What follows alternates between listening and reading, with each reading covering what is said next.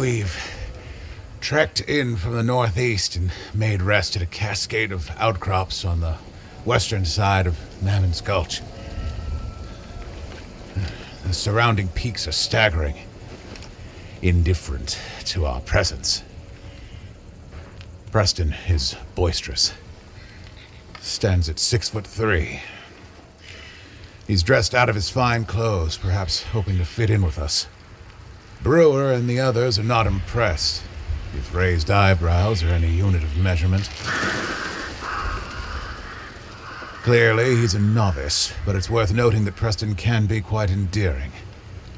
He favors the use of a spyglass over any gun or blade, always on the lookout for something new to expose or discover. Oh, the corruption here is in full bloom, for lack of a better term.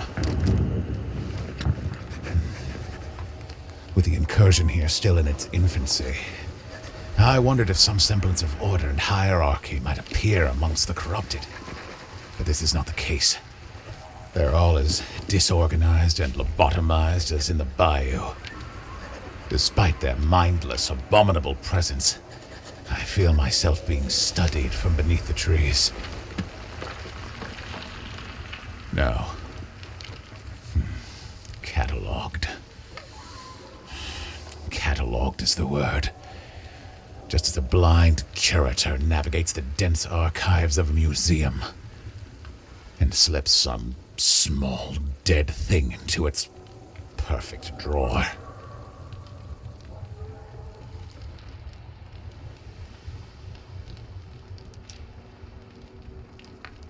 Colorado Investigation Log. Location, Mid-Gulch Saddle Depression. Day 2. Morning. We discovered a survey group's destroyed campsite. It was in total disarray and mostly incinerated. Brass equipment intact. Salvaged the following surveyor logs.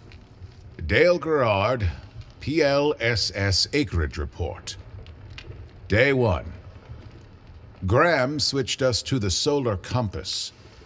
Our prismatic is being thrown off by ore deposits along the western slope. The compass is heavy and hot in the sun. It burned Graham's hand. We're 5 degrees off true north on account of the magnetism. We'll re-walk the links for accurate acreage in the morning. Day 4. Melanie has her seismometer ready. The thing's acting up.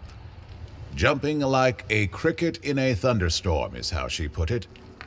Can't be on account of the ore, though. Strange. Day 5. Graham's dead. He measured out the acre with 255 chain links, then vanished in a sudden flash of heat that seemed to come out of nowhere. The leftover links he'd been carrying somehow heaped and fused to his skull. We buried him. It was the only thing we could think to do. What could have done that to Graham? Poor Melanie. Just last night when we were laughing and drinking around the campfire, she said she'd never get married, especially to Graham. So why is she sleeping all alone on that patch of scorched earth where we found his body? Melanie L.R. seismographic readings. Reading 1 through 4, crisscross scrambles. Recalibrated, reading 4 through 9, looping circles. Recalibrated reading 10. The needle has written in cursive, "Too late now. Too late now. Too late."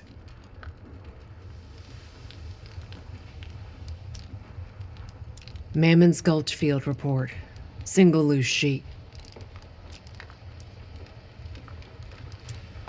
Mammon's Gulch Field Report. Single loose sheet. 8.5 by 11 inches. Preliminary report. Wyatt Preston adores the sound of his own drawling voice. He'd talk the ears off a barn door. The barn door gave half a shit to listen.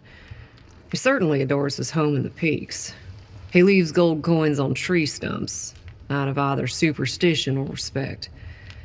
The expedition to Colorado demonstrated Mr. Preston's resources beyond all else. Fine china on the train, cigars from some country I can't pronounce proper. He had a massive leech in a gold cage as a pet. I wanted to ask how he managed that. There was a caged meathead in one of the cars. It seemed rude somehow. The same way it's rude to ask a magician his secrets. The researcher called Harold Black joined us as well. Preston wouldn't leave until I tracked him down. I trust Harold's word, despite his indifference to justice and order. He confided to me that Mr. Preston is doggedly pursuing ways to end the corruption. There's fresh hope in all this rot, supposedly. Preston says he wants to outfit us like a proper army, cleanse this land proper. He says that when the threat passes, he'll show us the oil fields he's so proud of. It was only after we arrived at our destination that something became clear. High and mighty are the words we've swapped, pretending we dispelled the plague of New Orleans. Truth is that we just shoved it down one gutter, only for its head to pop out another. And with it has come leftover filth we failed to purge in the bayou, clinging to its heels. Demented hunters are here too. This morning, a little group of them sent up hellfire that brushed the sky. I just hope that Preston understands what he's dealing with out here. Understands how easily it could all fall to pieces. Phoebe Brewer.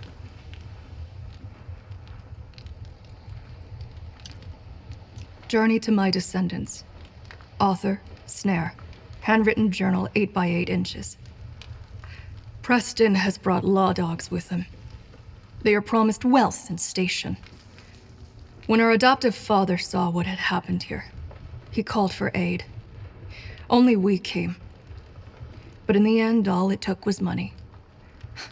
All it ever takes is money. I have seen our enemy up close. I have seen the scars across Marshal Brewer's cheek in the center of my sights. She and her troop were wise to cover their tracks, but they did so with the skill of a child hiding from a bear, leaving a trail of grunts anywhere they went. Their killing is sloppy and savage. Buckshot reminds me to tread careful. I can spit on their skills all I like, but it is their confidence we must track. The law dogs do not need to be smart. They could kill us with a storm of bullets without a second thought. There are many kinds of storms here now. Come evening, there was thunder, yet the sky remained clear. Dust in a strange glow rose over the low eastern range across the way.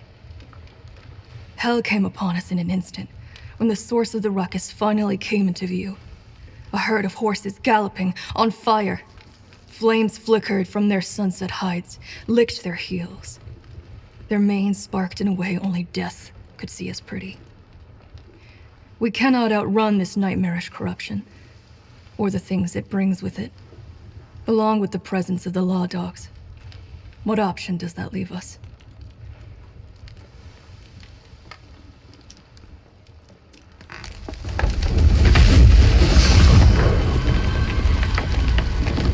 The oil field is burning. It was set ablaze just as we came upon it. Preston has sent off Brewer to the north. He thinks this could be the work of bandits, or other such greedy, bitter minds.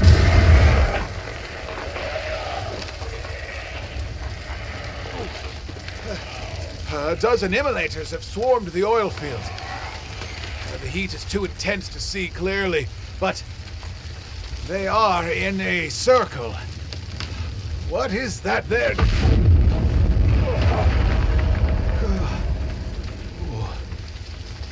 Preston's oil burns differently. It seethes with the rage of things hidden in the earth, brought to light.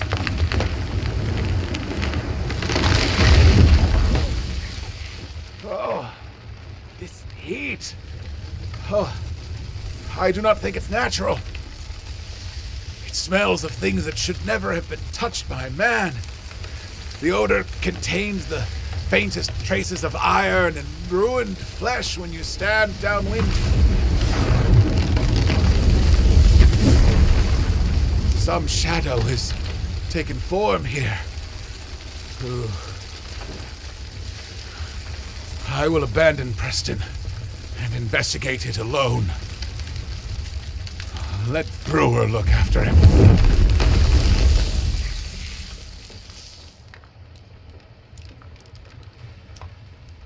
Puppet Theater Script, Act 1. Found behind stage curtains, back alley theater. Let me tell you a story. There once was a wandering puppeteer, a man of myths who crossed many seas in his search for greater legend. This traveler found himself caught in a tale too peculiar and strange to not play a part in it. It all began when the traveler came across the corpses of 3 railmen and 2 strange characters getting dressed in their coal-stained clothes. We shall call one Pig, the other Bee. Pig and Bee offered the traveler a deal. If he helped them achieve their goal, they would let him live. He gladly accepted and slithered into a dead man's trousers. He stained his eyes with soot and took on the speech of someone who tends the steam boiler on a locomotive. And so they set upon a train as a troupe of actors would a stage. They tended a ravenous and furious furnace in a nest of spinning iron and belching steam. As the time passed, he discovered more and more about Bee and Pig. He learned that they were outcasts from a cult of delirium and murder. Worse still, they had been forsaken by the very thing they worshipped. The train ventured over the type of barren lands where death itself forgets its name. They came upon the promised land, Colorado. There, a sickness had brought nightmares of the dead to life. Their faith had been rewarded after all. They'd been given a second chance. Mammon's Gulch Field Report. Single loose sheet, 8.5 by 11 inches. Warning. These local trappers know how to spring sharp iron around your waist. They know these slopes like we know a swamp. After the oil field was set ablaze, Preston sent us with powder barrels to the northeast trestle bridge, wanting it blown up to cut off access to anyone who might want to come for what's his. We went through Miner's Folly. The sad assortment of dilapidated buildings are all cinders and smoke, freshly burnt. Demented folks had themselves a bonfire, most probably. Before we could make our way through, we were stopped by a pair of angry trappers. We drew iron on each other. Then I realized that the mountain man, Thomas Bridge, was with them. They saw that he knew me, seemed surprised we didn't want each other dead. It was enough to make them lower their rifles. In the end, we came to a bit of an agreement. We'll stay out of these trappers' more treasure territory if they help us in the fight against the corruption of this land. We went our separate ways, but I couldn't help but look over my shoulder on the way out. I didn't trust the female trapper.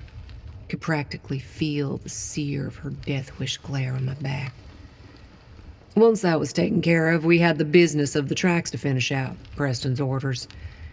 The explosion was quaint, but enough to send the rails crashing down. Between the oil field and the town, Mammon's Gulch is falling. Can't quite say yet whether it's into our hands or into the fires, but one thing is for certain. Preston's money doesn't impress death. Not even a little bit. Phoebe Brewer. Bait locations and conservation. Leather-bound journal, 3 by 4 inches. Friday, found 2 sets of tracks. First set, boot prints from the north. Running, fumbled. Crawled over the dam into the beaver lodge. Sense of fear, piss, oil used for rock splitters. Second set, came north, veered south. Lumbering steps, still hot, Burned everything they touched. Sense of tar, iron, overcooked meat. Saturday, we followed both sets of tracks back to Greystone Pit. Found another hunter ripped in half. Lower half was smeared over a granite wall, then left in a kneeling position on the ground. Upper half was shoved into a ceiling crack above the rest. The smell is different. Heavy with sage. Must be the work of a different creature entirely. Found a note and payment in a pack nearby. I'm sorry to send you to the pit with so little information. Our superstitions and rituals have become too dangerous. I don't know what Boss has done. He won't talk about it. I hope these cases of ammunition are enough to fix the current predicament. The sage bundles are for burning. May they keep you safe. Stalk quiet and brave down there. Signed, Delacroix. We circled up to the top of the pit. Found some hunter tending to a mountain bluebird. It was burned, sopped in oil, with just one wing left. He sketched it, then crushed its skull clean. We approached him, offered the note. Delacroix is a foundry man. He seemed half honorable, at least. We told this hunter, Harold, that we've heard screams coming from Kingfisher Foundry for ages. It's haunted. Cursed. We won't go near it. Harold sprung right for it. He's an animal hungry enough to lose a leg for a scrap of meat.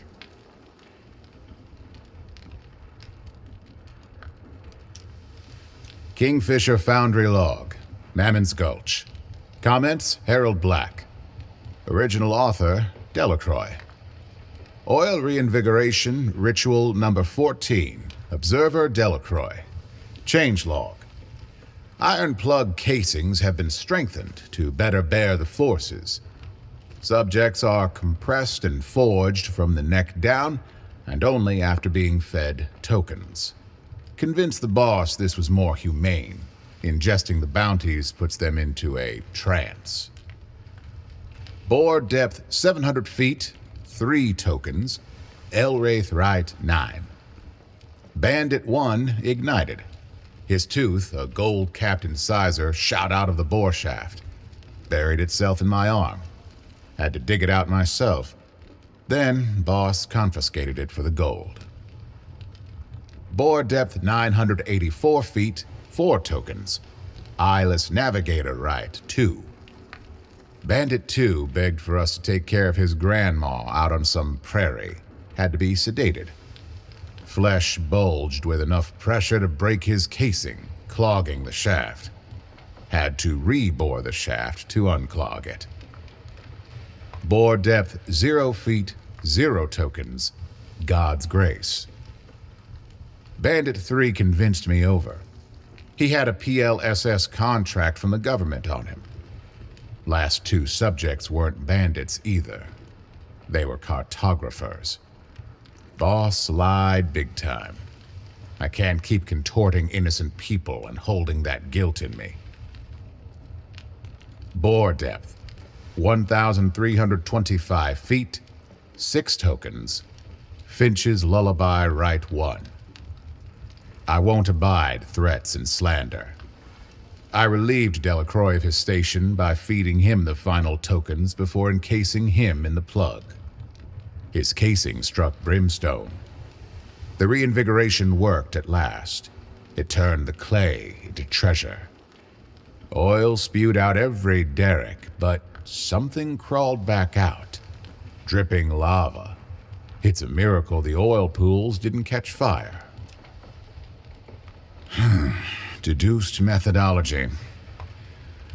I believe subjects ingested between 3 to 6 bounty tokens each. Rituals were performed. Subjects were contorted into iron plugs which were dropped down boreholes of various depths. Seems as though spontaneous combustion and physiological metamorphosis resulted. I'm unsure as to what crawled back out the bore shaft. Could it be the same thing that set fire outside the foundry and then stalked me through the tall firs?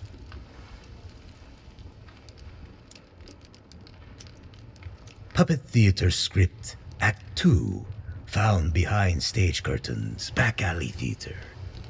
Bee and Pig reveled in this devastated land. Cold machines ripped precious ores from the soil.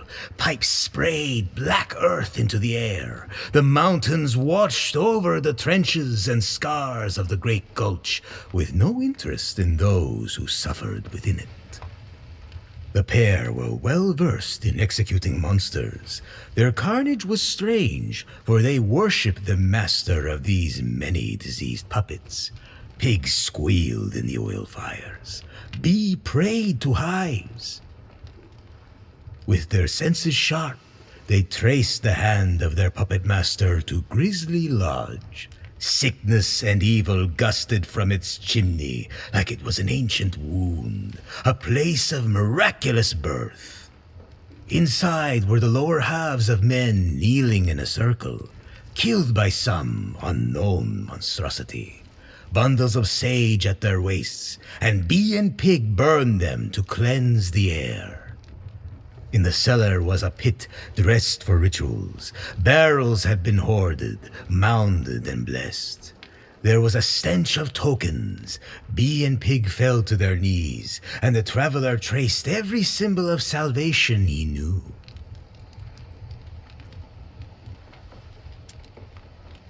Addressed to Sheriff Hardin. Author, Phoebe Brewer. Hope this gets sent to you as promised, cowboy. You ever see a flaming body fall down a mine shaft? Pretty eerie. Made my hair stand on end. Preston had us clear a mine where Demented had supposedly dug in. We didn't find any. Just some puppets in a tent. How did those assholes get up here in the first place? Then there was this roar that almost caved in the tunnel. Preston said it was the oil reservoir shifting. He used fancy rockhound terms for roar. But that didn't explain the flaming body that suddenly fell from the pit entrance above us. Preston said that kind of thing happens all the time. Mine workers get sad and try to bring light to the darkest parts of the world. Can't say I relate to that. We spent the night down there, and I took it as another opportunity to case Wyatt Preston up, down, and sideways. Preston isn't through and through evil, from what I've seen so far. He's the kind of boy who stole his daddy's gun to shoot anthills. The trick with him is, you let him talk on long enough, he starts to let stuff slip. Preston has friends with even more gold in their pockets, turns out. He said they're into occult stuff, chanting in masks and swallowing goat eyes and whatever else it takes for them to gain more. Other than taking up the hunt themselves, of course. That's for others to do for them. After Wyatt finished off his handle of wine, I snatched a journal from his coat, wrote down some names, sent them along. You've got digging to do while I keep playing this rich boy's nanny.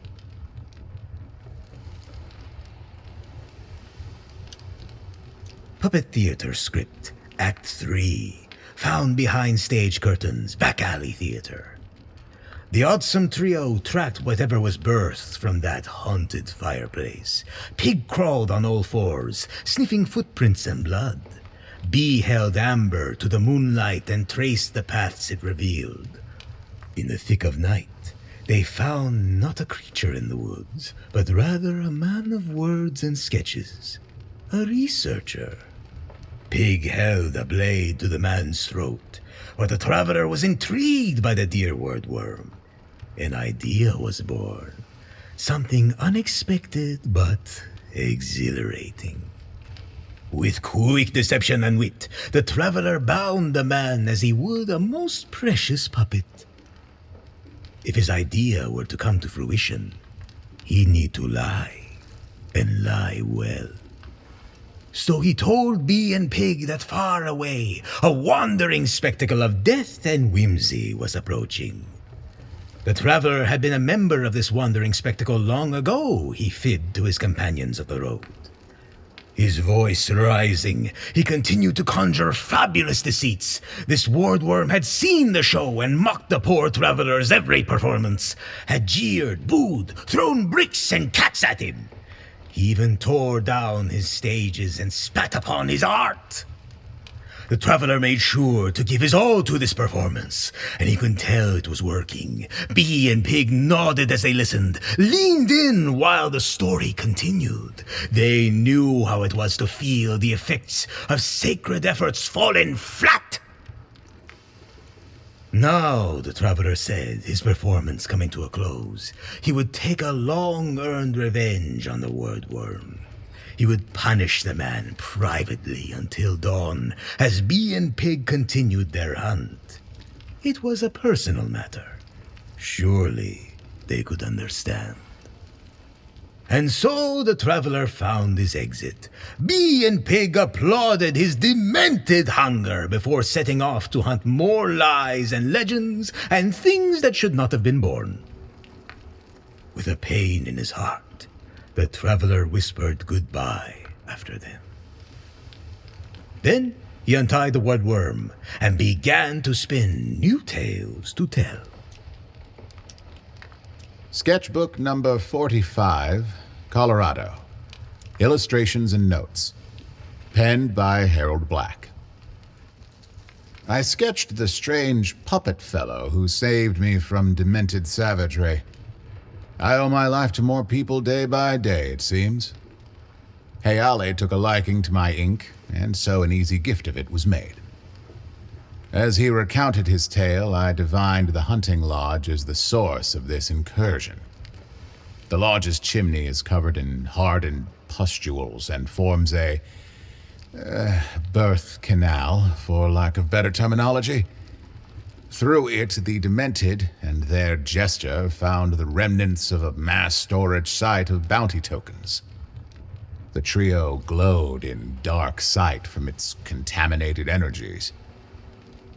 I cannot prove much, but if I were to venture at a cause for a corruption springing forth from this token depository, it would be ritual tampering.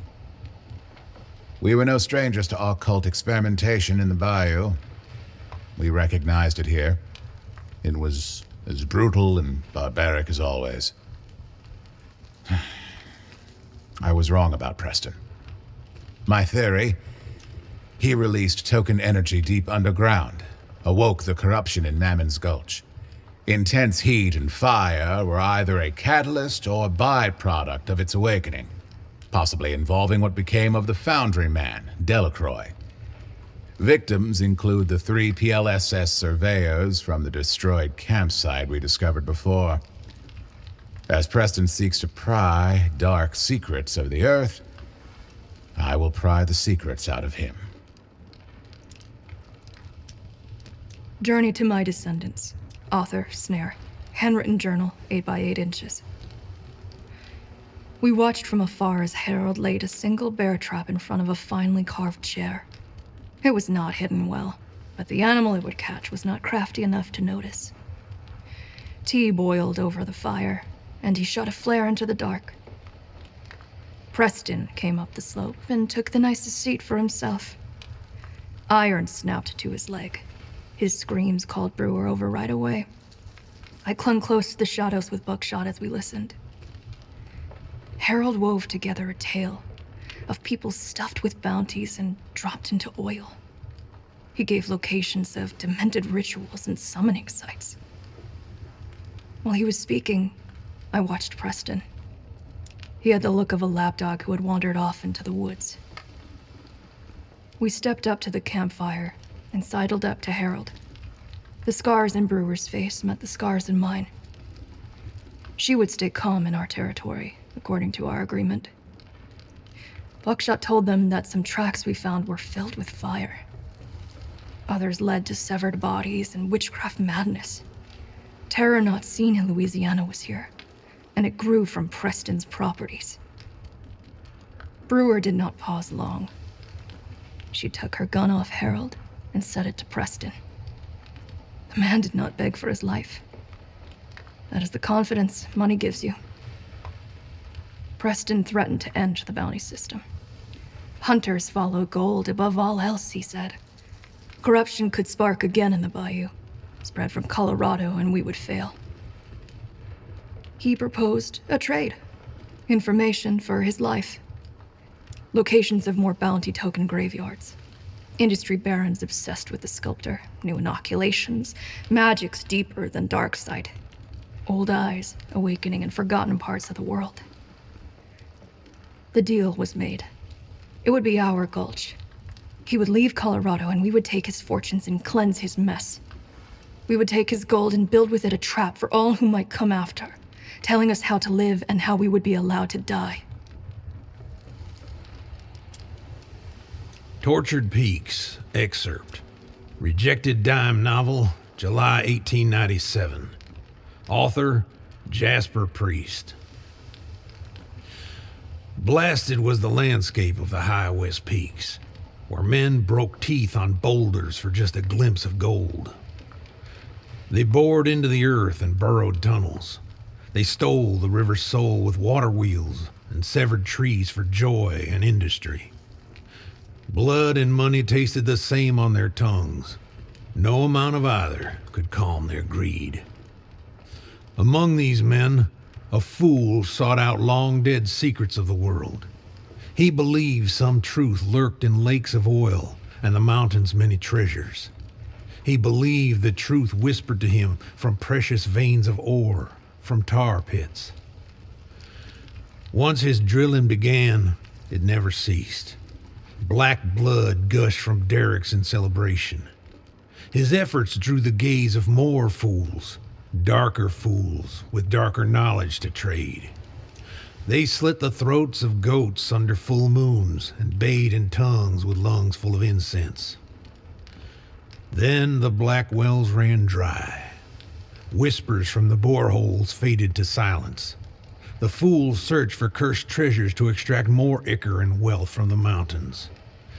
He bound them to screaming victims and dropped them down into places they were not meant to go. Each life fell upon a long, sleeping evil beneath those far rocky ranges. That evil awakened. The dreams within it rose and found new bodies to live inside. Rib cages were split open, and skin rotted to the ground.